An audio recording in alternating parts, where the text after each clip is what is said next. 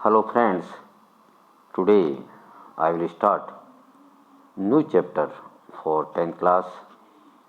It will give you help in your board exam, coming board exam. Chapter 3, chapter name Retaliation and Struggle of British Empire. I will tell you in both language. Retaliation का मतलब ये होता है मेरे प्यारे बच्चों कि वापसी जवाब देना, क्योंकि अंग्रेज़ों ने जो हमारे साथ जो कुछ भी अत्याचार किया, जो भी किया, उसका जवाब उनको मिला। और अंग्रेज़ों ने अपना एम्पायर बनाने में क्या क्या संघर्ष किया, सब कुछ इस अध्याय में हम पढ़ेंगे। आपको पता है पश्चिमी देशों ने अपने आर्थिक लक्ष्य को की पूर्ति करने के लिए हमारे देश की तरफ आए। Dutch east India company, French east India company, British east India company, और इनमें आपसी संघर्ष में ब्रिटिश ईस्ट इंडिया कंपनी विजेता रही, जिसने हमारे देश पे नियर अबाउट 200 वर्षों तक राज किया। Spirit of independence from 1757 to 1857। भारत में स्वतंत्रता की भावना जगी 1757 से 1857 के बीच। हम बात करते हैं 23 सितंबर 1600 एडी से, जब कुछ ब्रिटिश व्यापारी हमारे यहाँ व्यापार करने के लिए आए। The governor and company of merchants of London trading into the east Indies. इसे ही हम शॉर्ट में ईस्ट इंडिया कंपनी कहते हैं। इसका आगमन एलिजाबेथ फर्स्ट, जो क्वीन है ब्रिटेन की, उन्होंने एक चार्टर पे साइन किए, हस्ताक्षर किए। 31 दिसंबर 1600 एडी ईस्वी को उनको मान्यता मिली। रानी से परमिशन लेके वो यहाँ कंपनी यहाँ आई व्यापार करने के लिए। 1612 ईस्वी में ईस्ट इंडिया कंपनी ने अपना पहला व्यापारिक केंद्र सूरत में खोला। 1604 ईस्वी में मद्रास में उन्होंने फोर्ट सेंट जॉर्ज की स्थापना की। इसी प्रकार 1717 ईस्वी में उन्होंने मुग़ल बादशाह फ़र्रुख़शियार से एक फरमान जारी करवा लिया, ताकि जो कोलकाता है, कोलकाता से पहले यहाँ 38 गाँवों का एक समूह हुआ करता था, यहाँ पे अपना रेन बसेरा या व्यापारिक केंद्र बनाने की परमिशन ले ली। यही आगे चल के कोलकाता के नाम से जाना गया। छोटी छोटी परमिशन इन्होंने ले ली राजा से, कुछ चंद सिक्कों के बदले में। तो कंपनी ने बहुत सी स्थानों पे अपनी ड्यूटी फ्री करवा ली और टोल टैक्स पे उनको कुछ नहीं देना पड़ता था। इन सब चीज़ों से ब्रिटिश ईस्ट इंडिया कंपनी को आगे बढ़ने में मौका मिला। धीरे धीरे कंपनी ने बंगाल की तरफ अपना ध्यान देना शुरू कर दिया। अब देखिए 1757 से पहले तक यूरोपियन कंपनीज है, सबको हराकर ब्रिटिश ईस्ट इंडिया कंपनी ने अपनी सुप्रीमेसी स्थापित कर ली, अपनी सर्वोच्चता स्थापित कर लिया था। फरमान मुगलों से ले लिया था।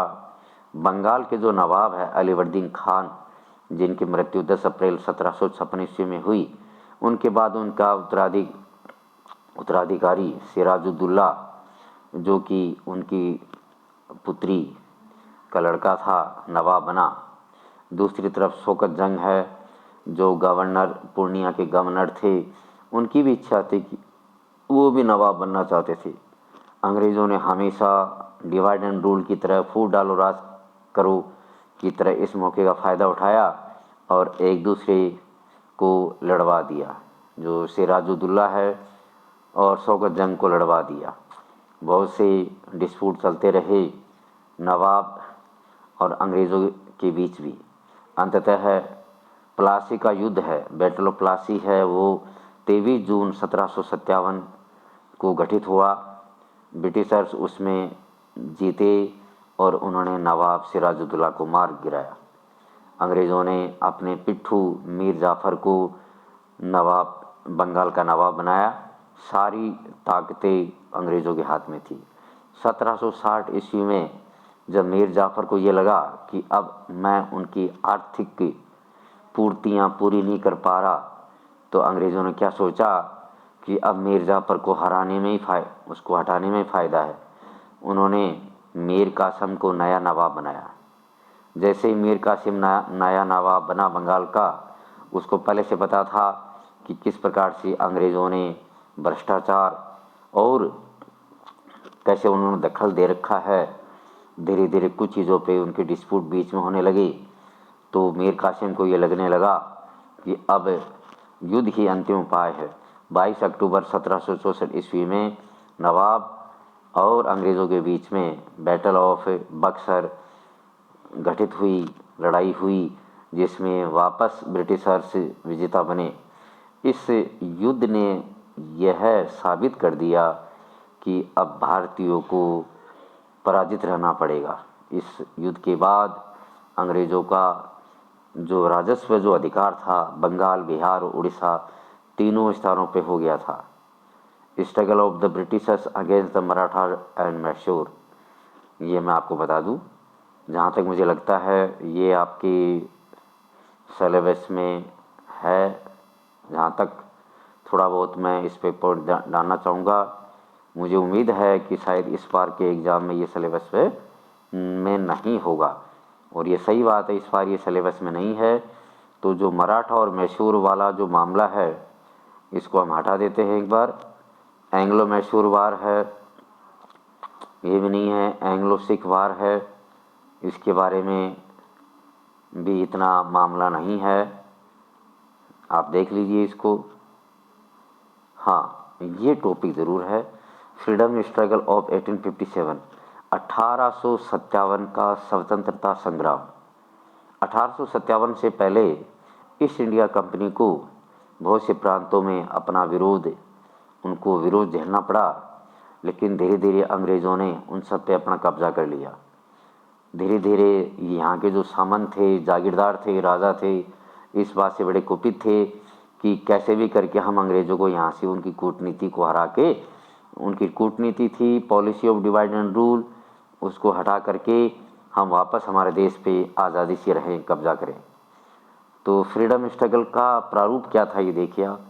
इतिहासकार हमें ये कहते हैं कि भारतीय हमेशा स्वतंत्र रूप से रहते आए हैं। अंग्रेज़ों ने और यूरोपीय इतिहासकारों ने इसे सिर्फ सिपोई मुटिनी, सिपोई हो गया सिपाही, मुटिनी हो गया विद्रोह है। तो अंग्रेज़ों ने और अंग्रेजी इतिहासकारों ने इसे सिर्फ सैनिक विद्रोह के तौर पे माना है, जबकि जो एरिस्टोक्रेट्स, बड़े उच्च लोग हैं, और मुस्लिम लोगों ने इसे मुस्लिम षड्यंत्र के तौर पे बोला गया है, क्योंकि जो सैनिक विद्रोह हुआ था, उन्होंने मुगलों के अंतिम बादशाह बहादुर शाह जफर को अपना नेता मान लिया था। कुछ इतिहासकार ये भी मानते हैं कि यह सेना के असंतोष की वजह से हुआ था, प्रथम रिवोल्ट। आगे चल के इसने देशव्यापी रूप ले लिया।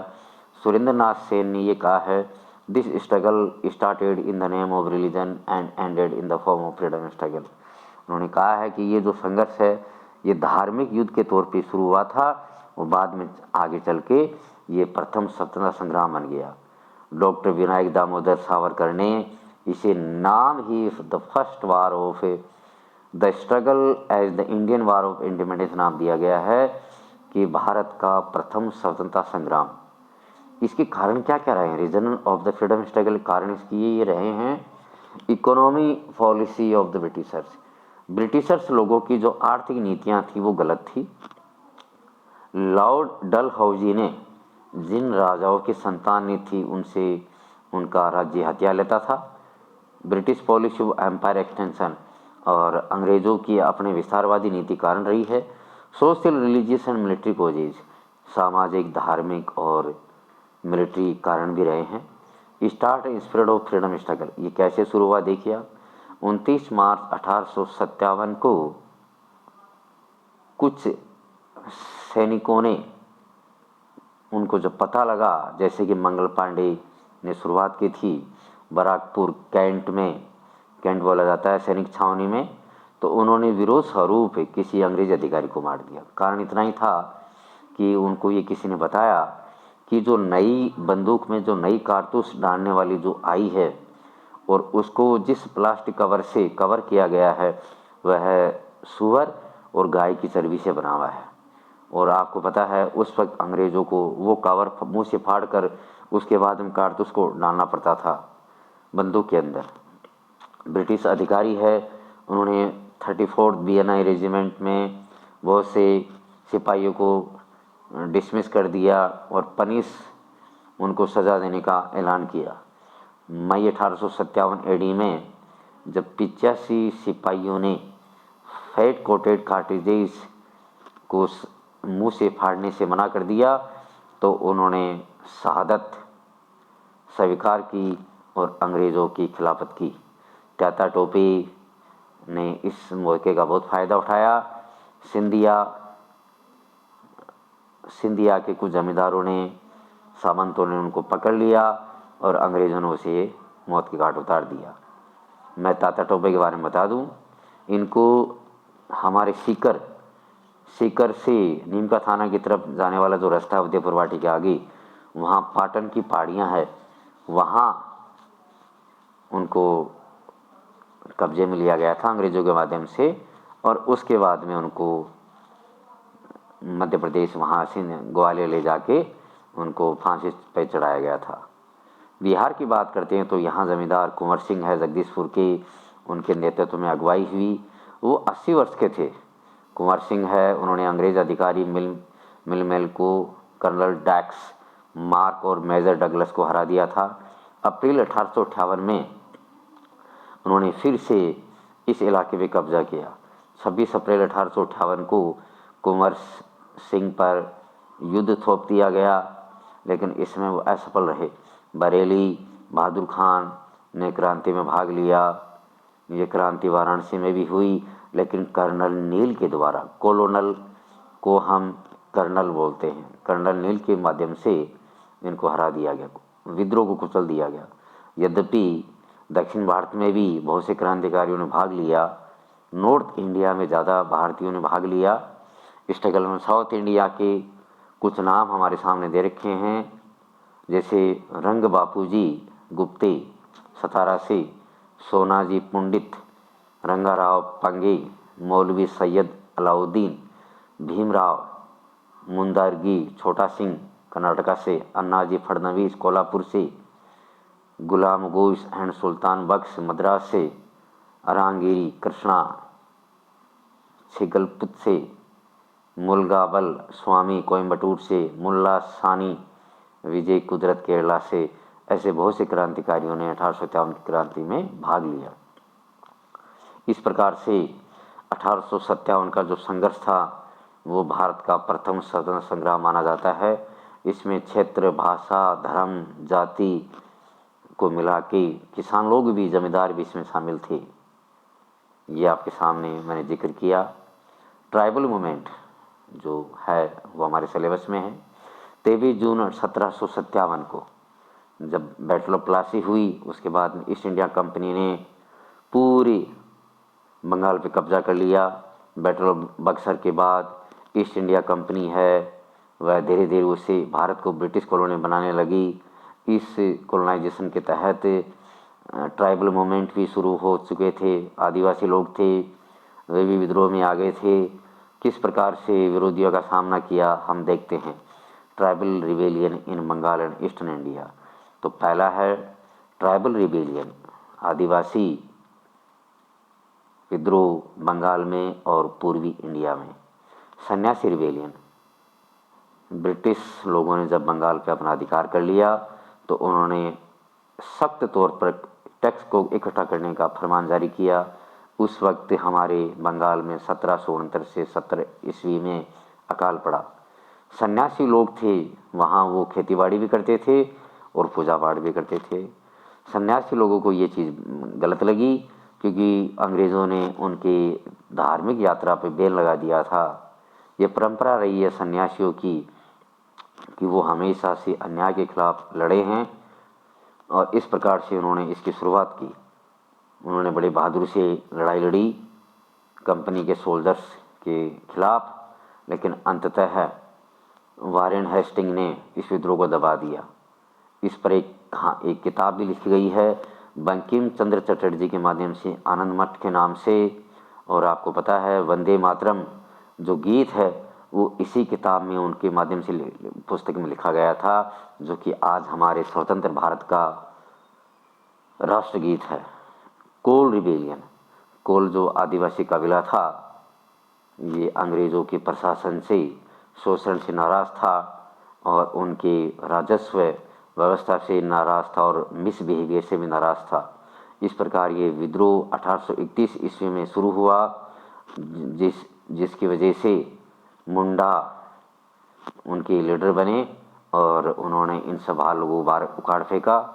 ये विद्रोह बहुत हिंसात्मक हो गया था। रांची, सिंहभूम, हजारीबाग, पलामू और मनभूमि के पश्चिमी इलाके तक पहुंच गया था। एक लंबे संघर्ष और मिलिट्री अभियान के बाद इस इलाके में शांति हो पाई। कलकत्ता के जो प्रेसिडेंट थे काउंसिल के, उन्होंने मेटेल्फे ने इस विद्रोह को कुचला और इस प्रकार से एंटी ब्रिटिश स्पिरिट को शांत किया। संथाल रिबेलियन, संथाल एक आदिवासी जाति है। इन्होंने बहुत बड़ा इसमें भाग लिया 1855 से 1856 ईस्वी के बीच में। उनके लीडर थे, उन्होंने इसमें भाग लिया। वीरभूमि, बकुरा, सिंहबर्न, हजारीबाग, भागलपुर, मुंगेर, यहाँ तक ये फैला। इसके कारण यही था क्योंकि संथाल जो आदिवासी जाति है, उनके खिलाफ जो राजस्व अधिकारी है शोषण करते थे और अलग नीति से काम करते थे टैक्स इकट्ठा करने के लिए, क्योंकि जो लैंडलॉर्ड मनी लेंडर्स है उनका वो सपोर्ट करते थे। इसके दो भाइयों ने इनका शुरुआत की, सिद्धू और कन्हू, और अपने आप को स्वतंत्र घोषित कर दिया। इस प्रकार से साल भर ये आंदोलन चला। 1856 ईस्वी आते आते यहाँ सरकार ने अपनी जोर जबरदस्ती से इसको शांत किया। और जब उनको लगा अंग्रेज़ों को कि ये इलाका बहुत ही संवेदनशील है, तो अंग्रेज़ों ने इस इलाके को एक अलग ही परगना बना दिया, जिसे संथाल परगना नाम दिया गया।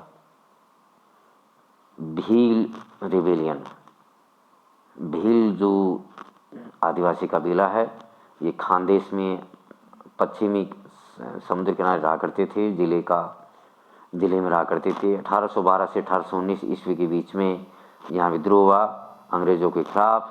कंपनी ऑफिसर्स है, उनका ये मानना था कि ये जो रिवोल्ट है ये पेशवा बाजीराव सेकंड के माध्यम से हुआ और उनके प्रतिनिधि त्रिभक्काजी डांगलिया के माध्यम से हुआ, जबकि असली कारण ये था कि किसान लोग यहाँ के नई सरकार से भयभीत थे। अंग्रेज़ों ने बहुत सी टुकड़ियाँ यहाँ भेजी, इस आंदोलन को कुचल दिया।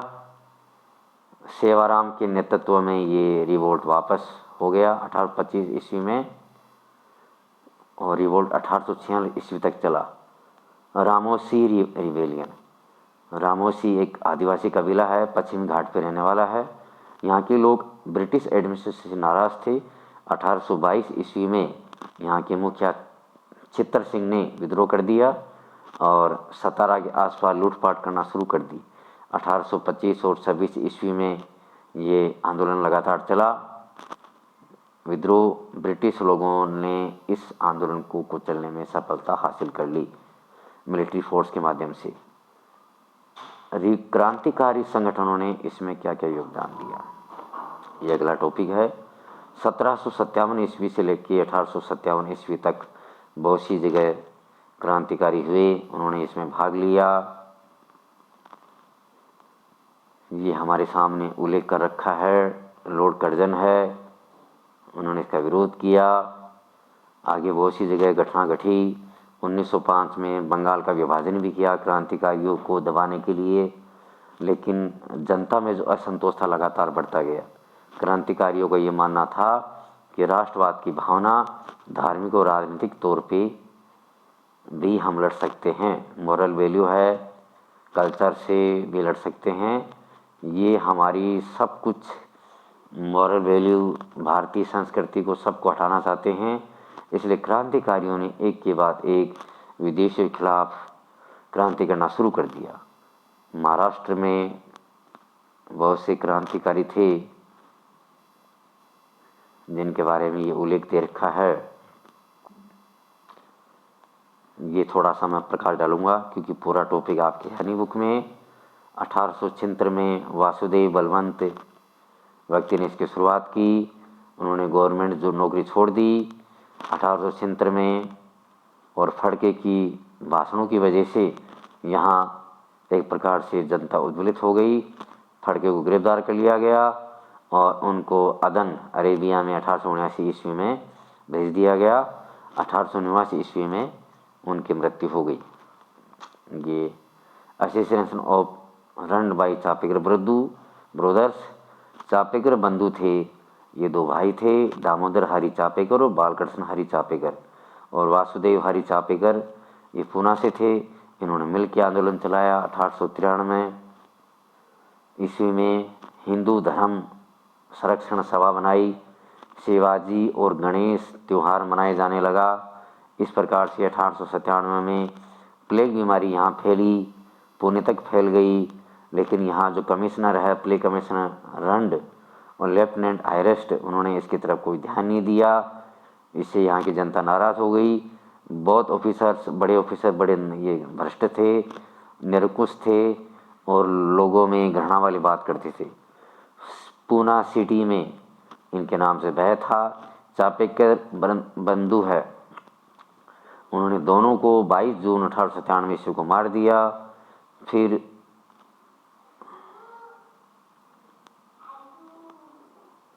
चापेकर बंधु को गिरफ्तार कर लिया गया और उन्हें फांसी पे लटका दिया गया। Shyamji Krishna Verma and establishment of Indian house in London. इसी प्रकार श्यामजी कृष्ण वर्मा थे, वो काठियावाड़ के रहने वाले थे। वो ऊंची शिक्षा हासिल करने के लिए कैम्ब्रिज यूनिवर्सिटी गए और वहाँ वो बैरिस्टर बन के लौटे। जब वो वापस लौटे तब उन्होंने यहाँ अंग्रेज़ों का भ्रष्टाचार देखा और उनका अत्याचार देखा। तो उन्होंने आवाज़ लगाई कि मैं लंदन में रहकर ऐसा काम करूँगा कि लोग जागरूक होंगे। श्यामजी कृष्ण वर्मा है, पहले व्यक्ति है जो देश से बाहर रहकर उन्होंने देश के लिए काम किया। 1905 में जब भारतीय स्वशासन समिति बनाई, उसका नाम रख दिया गया इंडिया हाउस। और यहाँ एक मंथली मैगजीन निकलती थी, इंडिया सोशलिज्म। इस 6 fellowship of 1000 each for the Indians. यहाँ से किताबें प्रिंट होकर भारतीयों के पास जाती थी। इंडिया हाउस है, धीरे धीरे क्रांतिकारियों का अड्डा बन गया। क्रांतिकारी जैसे वीडी सावरकर, हरदयाल, मदनलाल धिंगड़ा, ये सब इसके सदस्य थे। जब श्यामजी कृष्ण वर्मा की गतिविधियों पर जब ब्रिटिश गवर्नमेंट ने नज़र रखनी शुरू की, तब उनको इंग्लैंड छोड़ना पड़ा, पेरिस आ गए। फिर भी यहाँ से लगातार क्रांति करते रहे। वीर दामोदरकर है इनका, वीर सावरकर का उल्लेख नहीं है इस बार। रिवोल्यूशनरी मूवमेंट इन बंगाल, ये भी शायद इस बार आपके है नहीं। और कुछ टॉपिक है रीजन्स ऑफ पीजेंट्स मूवमेंट्स, इनके बारे में हम बात करेंगे। कुछ आंदोलन हुए थे हमारे देश में, आज शुरुआत है, ये हम टॉपिक कर लेंगे। मेजर पीजेंट्स एक बार मैं देख लूँ कितने पेज में आपको बता चुका हूँ। हाँ, हमने शुरुआत की है आज नंबर 1, 2, 3, 4, 5, 6, 7, 8, 9 और ये 10वां जो पेज है 61वां, ये हम अगले पार्ट में लेंगे। मुझे अच्छा लगा आप धीरे धीरे मेरी टीचिंग को लाइक कर रहे हो। बच्चों, आपके लिए बहुत ज़रूरी है कि अभी 10th क्लास में आरबीसी में यही सिलेबस आएगा। अगले वर्ष आपको पता है अगले सेशन में ये सिलेबस चेंज होगा। तो जितने भी बच्चे हैं वो सब इस पे ध्यान दें और इस चैनल को ज़्यादा से ज़्यादा सब्सक्राइब करें। आप साथ साथ में कमेंट भी करें। आपके सुझाव शर्मा थे, मैं ज़रूर उन पे अमल करूँगा।